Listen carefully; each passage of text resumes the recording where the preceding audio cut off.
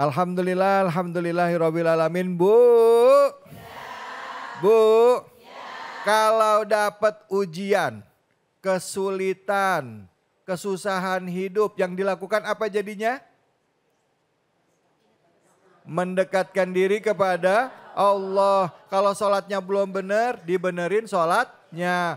Ngakunya rajin sholat, tapi ternyata begitu sholat dilihat waktunya udah mepet-mepet. Jadi kalau mau dekat jadi kalau mau bisa keluar dari kesulitan, makin dekat hubungan kita sama Allah. Perbaiki hubungan kita dengan Allah lewat sholat, amal soleh dan lain sebagainya.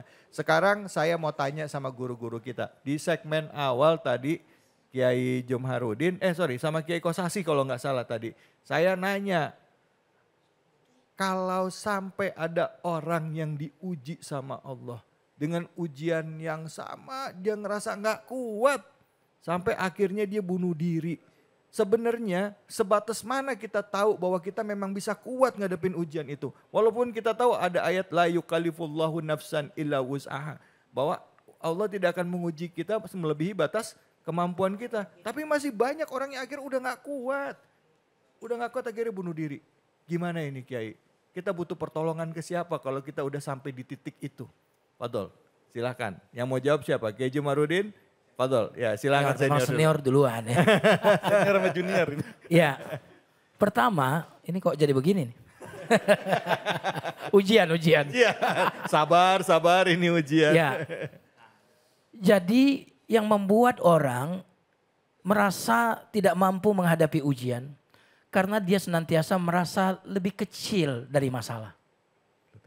Maka Allah mengatakan, la yukallifullahu nafsan illa wus'aha laha ma kasabat wa 'alaiha maktasabat.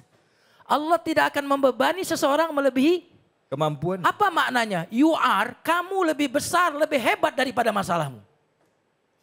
Itu maksudnya. Ayat itu ingin mengatakan bahwa orang yang putus asa merasa lebih kecil dari masalah.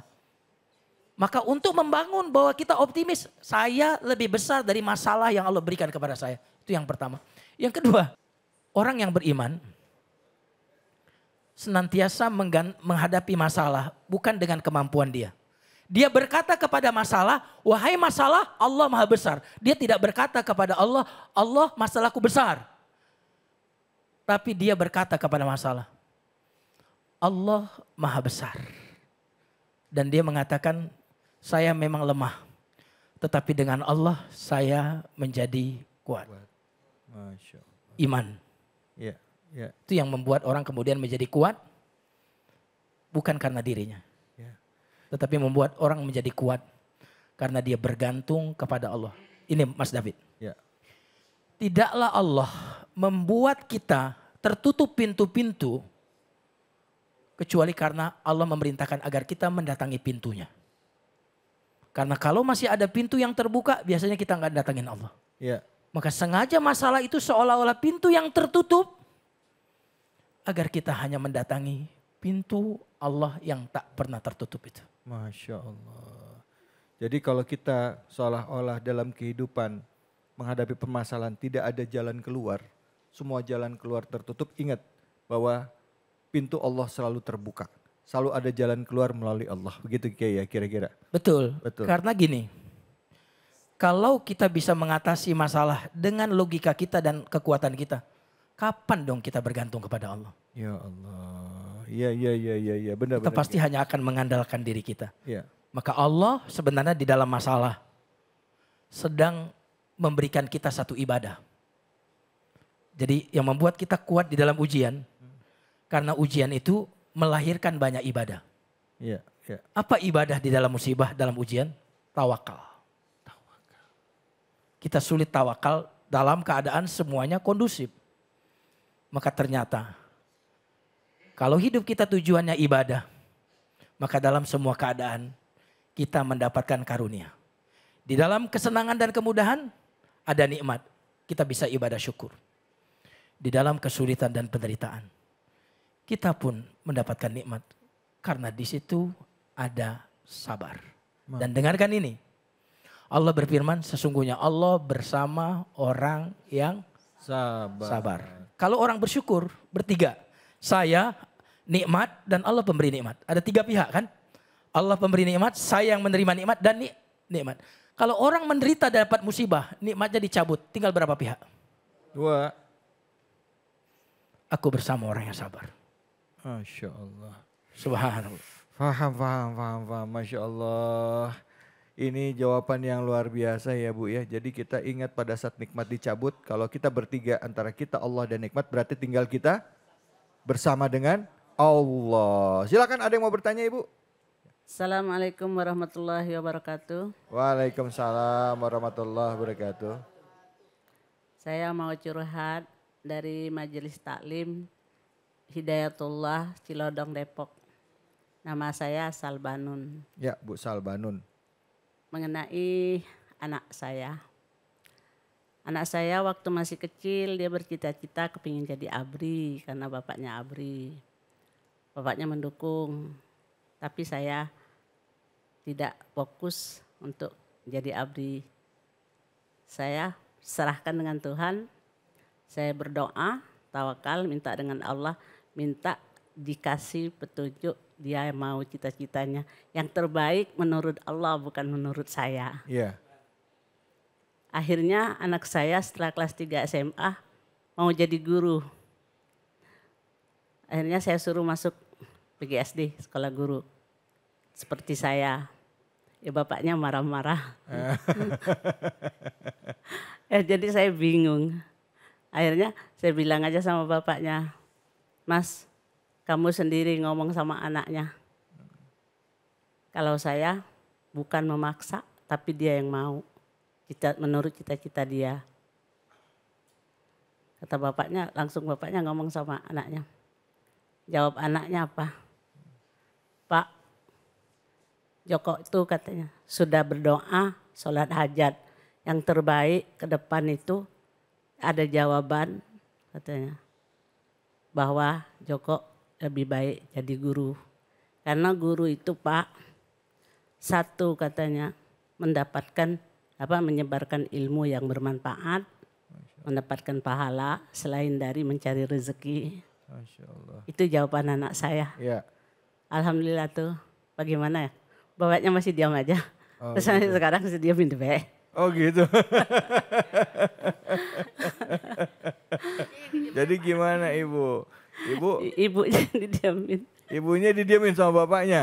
Waduh. Tapi sekarang udah persiapan jadi guru belum anak Ibu sekarang?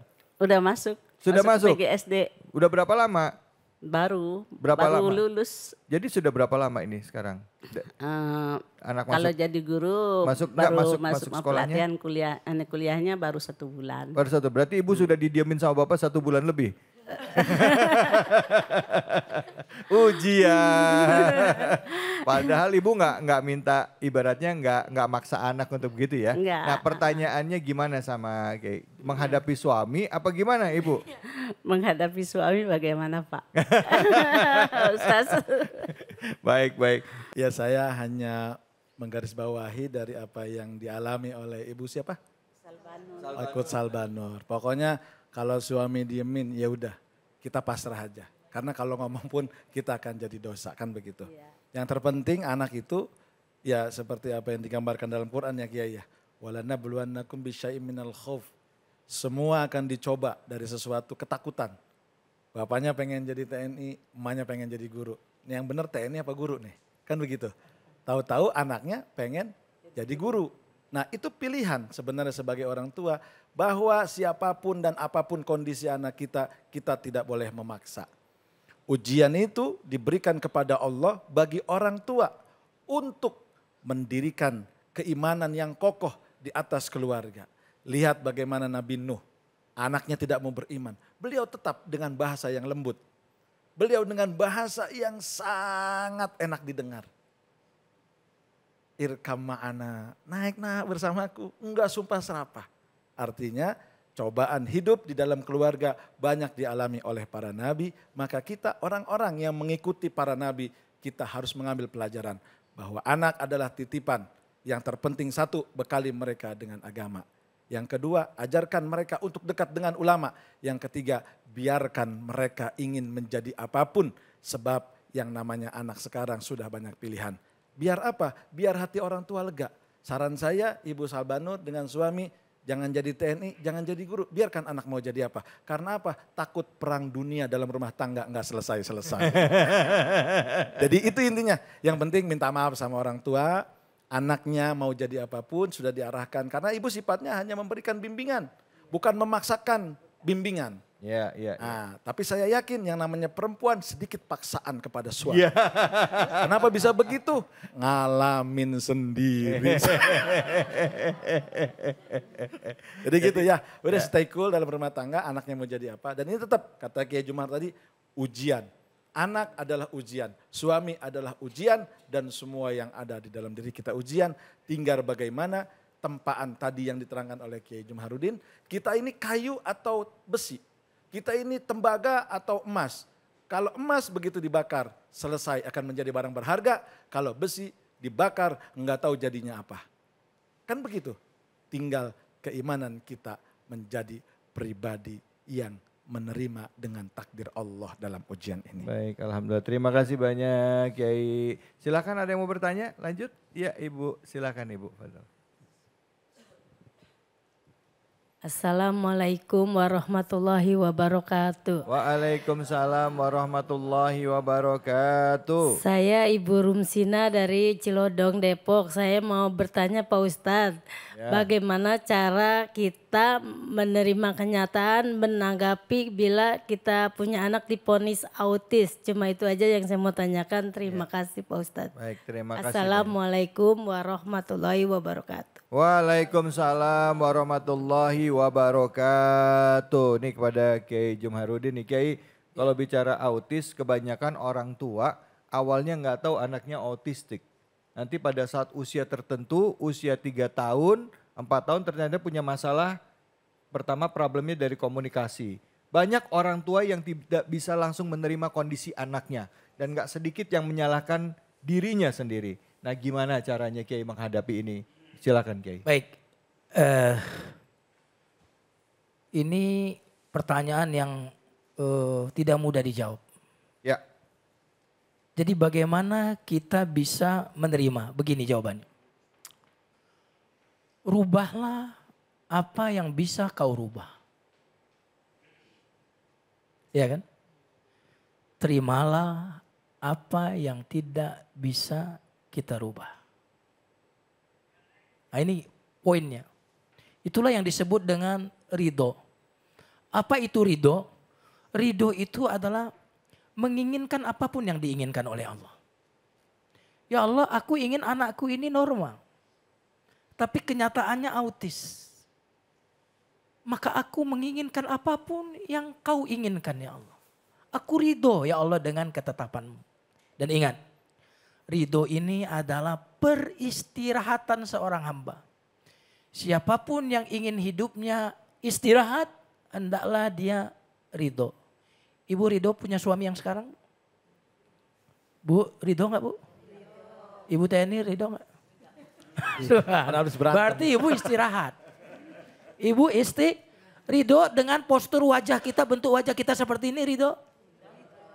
Ridho adalah peristirahatan seorang hamba.